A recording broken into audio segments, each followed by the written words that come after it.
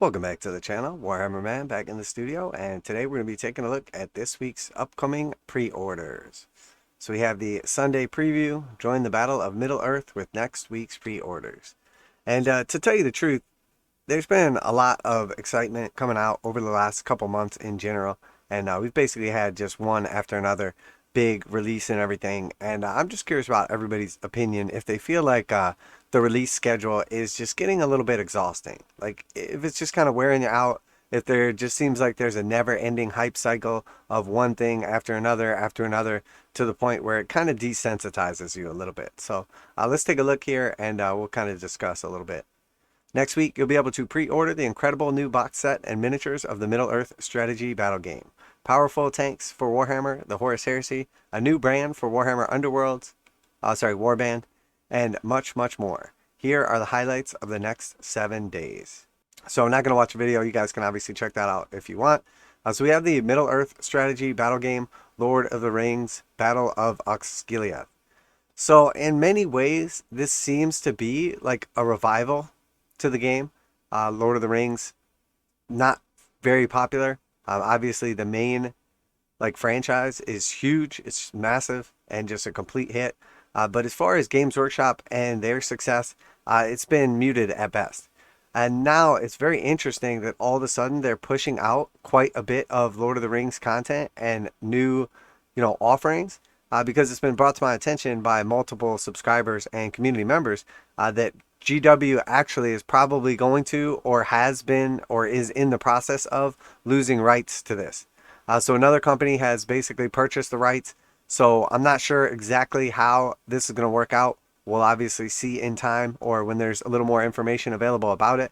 But essentially GW has had, essentially exclusive rights for battle gaming, wargaming type stuff for Lord of the Rings now for years. And at this point in time, it appears that that is coming to an end.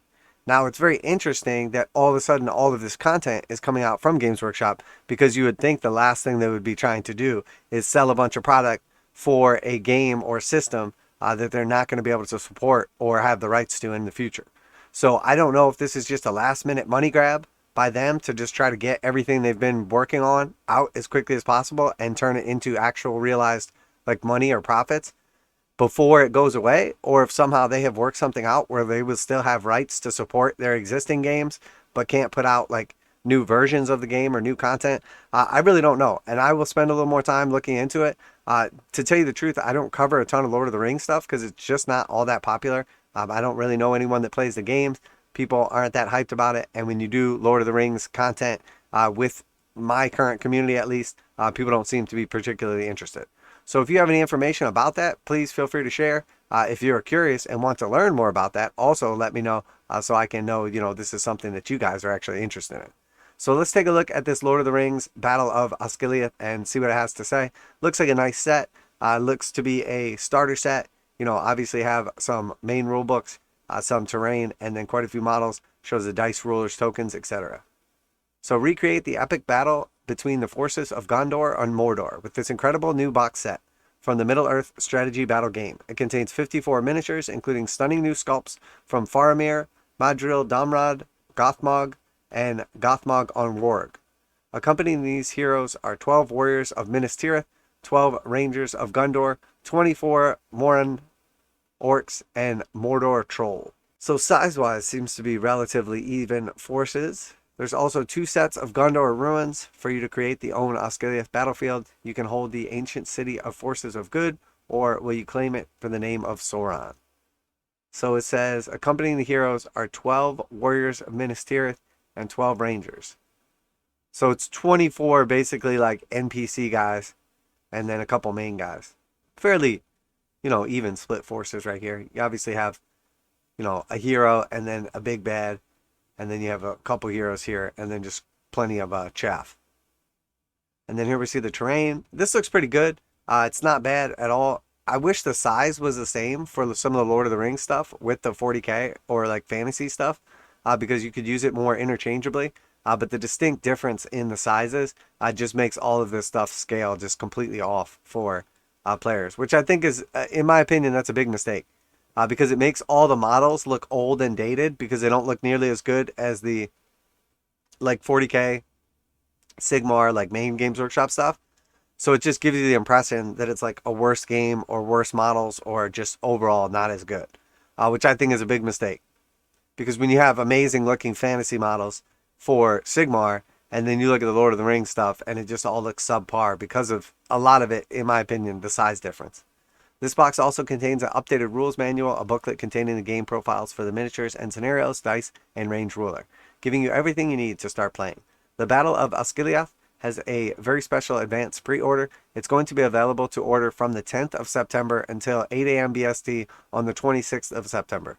Orders placed in this window should arrive before Christmas. So it's basically a 2-week pre-order period to get it before Christmas. So that is interesting. September 26th is when the pre-order period ends.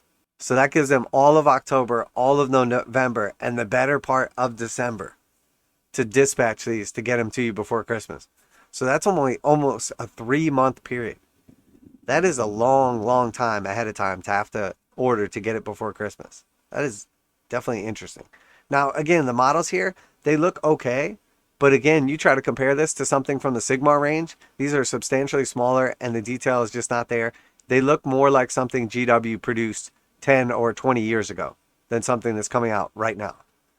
Ride for Ruin and the World's Ending with this Middle-earth strategy battle game Battlehost. It includes Éomer mounted on foot, 24 warriors of Rohan, and 6 riders of Rohan, launching lightning raids with the riders who can use their throwing weapons before making thunderous charge. Please note that this product has been slightly delayed in the US and Canada, so will be available for pre-order at a slightly later date in those regions. So clearly GW, cracks exposed. They are having some serious issues. If they have delays in the US and Canada, so essentially North America, that's obviously some kind of like shipping or distribution delays, as well as saying you have to order something over 3 months in advance of Christmas to get it on time. Obviously there's some stuff going on here. Mordor Battlehost. So these are all the bad guys. Join the forces of the Dark Lord with this incredible box. It features the Witch King, Angmar, mounted on foot, 24 Mordor orcs, and 6 warg riders. Overwhelm your enemies with a horde of orcs while you harry them with fast-moving wargs. Interesting. And then Isengard Battlehost.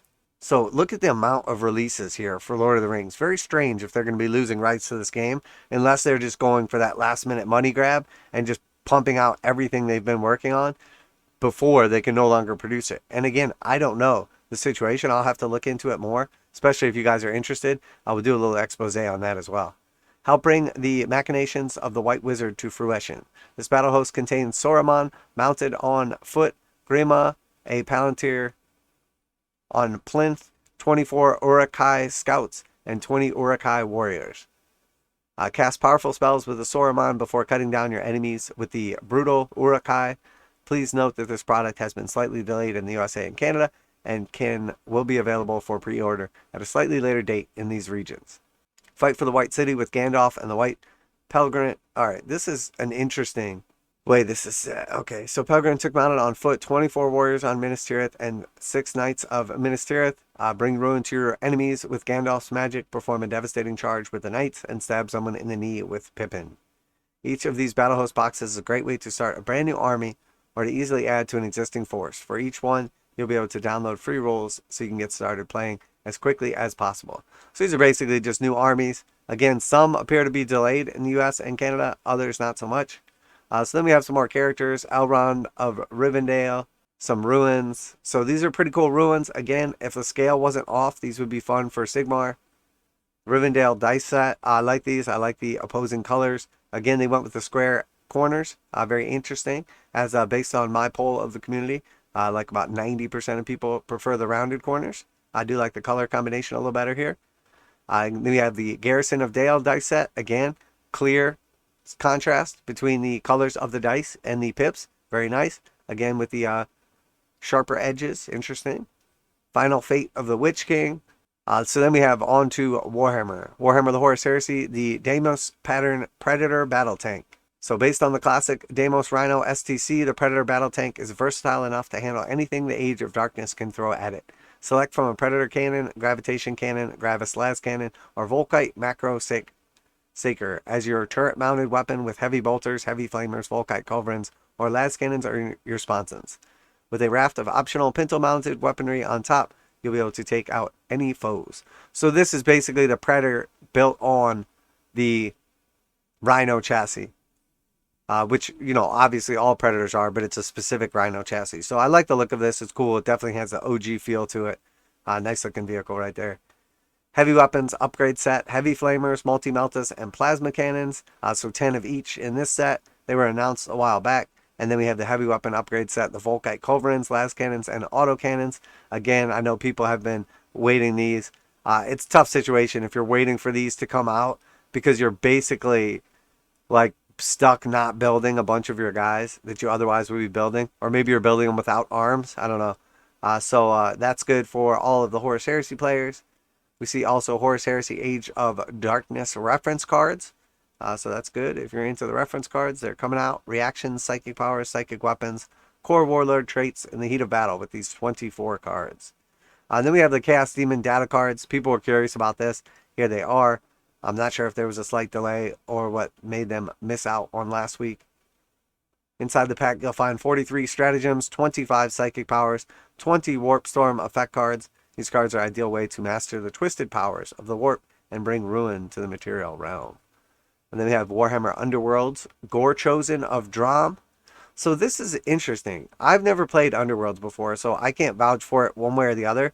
I've always felt like, typically, if you have, you know, 4 powerful guys or 3 powerful guys against like 10 or whatever less powerful guys, it's tough sometimes to complete objectives and win games. So we saw the Vampire set come out not too long ago, and that was 4 characters in that one, I believe. And this is 3, so this seems even more challenging. Now, I do like the overall aesthetic of these guys. They remind me of a combination of, you know, chaos, fantasy, and like the corpse grinders from Necromunda. And obviously we have seen quite a bit of the corpse grinders aesthetic in like the Horns of Hashut new warcry warband, and then also in the Scions of Flame warcry warband. So here we see these are basically the Scions of Flame in a warcry warband, and we see very clearly like some, you know, recognizable like symbols and styles and everything to them. But these remind me clearly of corpse grinders once again. Now I like the look of these guys, but only 3, like how good is that going to be? And also, you know, if you're choosing between buying a pack with 8 models in it because you're into like wargaming or might be into wargaming and you want to kind of transition into it from like the cards games, or you want to at least have some miniatures to represent with your cards game, you would think you want more than 3 guys. So this is curious to me. Very curious. New warband enters the Nether Maze seeking to desecrate it with blood in the name of Khorne. This is a control style warband that gains blood tithe tokens whenever they cause or take a wound, which they can then spend on unique actions. They come with their own rivals deck, so you can play them straight out of the box, and come with universal cards that can be used by any Warhammer Underworlds warband. So I just can't even imagine starting with 3 guys against another larger warband, and I don't know if people actually have 10, maybe it's 6 or 8 or whatever, but if you lose one guy right off the bat, I mean, I would imagine that puts you in a pretty tough spot. So, I don't know, very interesting. Deadly Depths Rivals deck for Nether Maze. Again for Underworlds. Head deeper into the Nether Maze with this new Rivals deck. It can be used by any warband in the game, from those introduced in Shadespire to the Gore Chosen of Drom. Simply open the pack, shuffle the cards, and you're ready for your game of Warhammer Underworlds. This deck is for any player who likes to strike from the shadows and win games with a little bit of cunning rather than just brute force. Alright. And then White Dwarf 480. Seasons of Skirmish. So obviously talking about the 2 new seasons that just started here, Warcry and Kill Team as well. Month White Dwarf celebrates the summer of skirmish games and is packed with articles on Warcry and Kill Team. There's also a free Warhammer 40,000 map campaign based around exploring Necron Tomb Complex, the first part of a massive Warhammer the Horus Heresy battle report, and more. And then from Forge World we have Captain Lucius, the Faultless Blade. Pretty cool right there. Definitely a nice looking model. We saw him previewed already. Emperor's Children Legion Praetor. Again, really nice looking model. Too bad these are all Forge World. They do look nice. Emperor's Children Legion Tartarus Praetor. Again, super cool. Definitely a good little aesthetic. Very unique. Emperor's Children heads. Mark 6 So we see a bunch of different, well, 3 different styles basically, 3 of each, and then a couple different like champion heads or sergeant heads. Some shoulder pads as well. So the old Mark 6 Emperor's Children. Then we see white scars, shoulder pads as well. Interesting. It looks like the paint job is the only thing that differentiates these. They all look to be the same. And then white scars heads. So it looks like 3 different style heads again. Yeah, so 3 and 3 of the heads, and then 2 helmeted and unhelmeted. So that's pretty much the way they're going with all of these. And I'm sure they'll be the same price as all the other kits as well. Gene and Vendor Garvos, or Gain, I don't know. They picked the weirdest names. Add these legendary Garvos siblings to your Outlaws gang for Necromunda. By Underhive standard, they're both spoilt and entitled. With Vunder as the idiot brother armed with gold-plated stub guns, and Gain is brutal sister tossing around gunk bombs. You can find full rules for them, the games, in the Book of Judgment. Durgan Killfist, Outlaw Bounty Hunter. It's an interesting model. Pretty cool. Definitely a little different. Sometimes it's hard to tell whether some fighters get their nicknames from. With Durgan Killfist, it's pretty obvious. Hire him as a bounty hunter for your outlaw gang, and watch him pulverize enemy gangs with this huge spiked gauntlet and even bigger mace. He can also be chosen to lead an outcast gang as per the rules in the Book of Outcasts. Durgan comes with a fighter profile card featuring his Necromunda rules. Axon Hammer Outlaw Goliath House Agent. So this is a pretty nice looking model right here. Little combi plasma action. I like him. I think he looks cool. Might not have an axe or a hammer, but this Goliath House Agent does have a combi weapon and fists of steel. Outlaw House Goliath gangs can petition Axon for help, and if they're lucky, he'll join them, especially in their cause. It's just enough. Profile card containing Axon's rules is included with the miniature. Goliath Champion with Renderizer. Interesting. So a bunch of Goliath characters here. A bunch of just Forge World characters in general. The new Forge Boss, on the other hand, does have an axe and a massive. He can be added to the Goliath gang and comes equipped with the aforementioned Renderizer, a combi pistol, and combi weapon. Rules for using Forge Bosses in your gangs can be found in the House of Change, and rules for using these fully tooled up chap will be in the forthcoming Apocrypha, Propagandist, and Agitator. So quite a few of these individual characters coming out here. And it's a Black Library, the Awakenings book, limited in number. So we saw this, only 1,250 copies of this. So I don't know how popular this will be, but it will definitely sell out fast with 1,250 limited. Mortarion, the Pale King. So yeah, just kind of looking through here. Nothing like too like crazy exciting for me. 30K player, you're probably excited for some of these heavy weapons and upgrade bits. I think that is probably the most intriguing part. I think honestly the characters are cool, the upgrade bits are cool, I think, but a lot of people are probably waiting on the actual weapon upgrades. I think that's something I've heard people talking about. It'll be nice to see the Predator come out, the cards, but I know a lot of people have literally been wondering where are the heavy weapons at so they can finish building their squads or armies, etc. New Predator is cool as well. Obviously big push for Lord of the Rings. Definitely strikes my curiosity. I'm sure people are excited for the Lord of the Rings stuff. Rather underwhelming week of pre-orders for me, which is fine. I'm sure my wallet will greatly appreciate it, especially with like the new Kill Team and Warcry seasons both starting up like back to back. Definitely feels like a big push for Lord of the Rings. We have not seen this much stuff coming out this frequently for Lord of the Rings, maybe ever, but definitely not recently, which again really strikes up some question as to what is actually going on. Is this just the final push before the inevitable, demise of Lord of the Rings from Games Workshop? Is this a final attempt to like save it? And if they do a certain amount of numbers or make a certain amount of money, they'll continue the partnership? I'm honestly curious myself. So if you have any actual information on that, please feel free to share. For me, it sort of feels like they have been trying to create so much hype, Games Workshop, lately, that essentially now you get a new big box like this, and it's probably super exciting for a group of people, but it just feels like one more big box release from GW. And while this has been a crazy year for releases and new products for sale, I don't think this is a sustainable pace. I'm actually willing to bet that there's an oversaturation already of GW products on the market, And if we do see, economic conditions continue to tighten up, if we do see people get, have to hunker down a little bit on their purchases, or, possibly start selling off their piles of shame, I think we're going to see what amounts to a vicious cycle.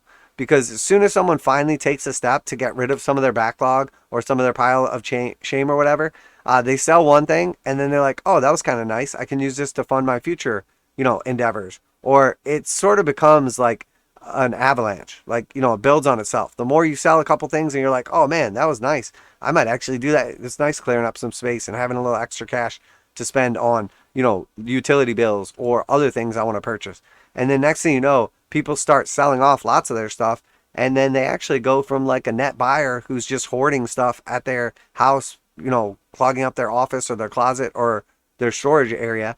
They go from a net buyer to a net seller, and then suddenly, instead of buying every new release that's coming out, they're actually like selling off stuff and not buying that many releases. And then next thing you know, there's even more competition on the market, because all this fresh product is coming out of people's closets and going onto the market. So give me your opinion. Always like to hear from you guys what you think. But we're going to go ahead and wrap it up there. It looks like a big week for Lord of the Rings. Otherwise, a little bit underwhelming for me. I know the Horus Heresy players will be excited for their heavy weapons and probably the tank as well. But you guys let me know what you're going to be picking up or what you're looking out for. If you have any speculations on what's going on with Games Workshop and Lord of the Rings, the IP and whatnot.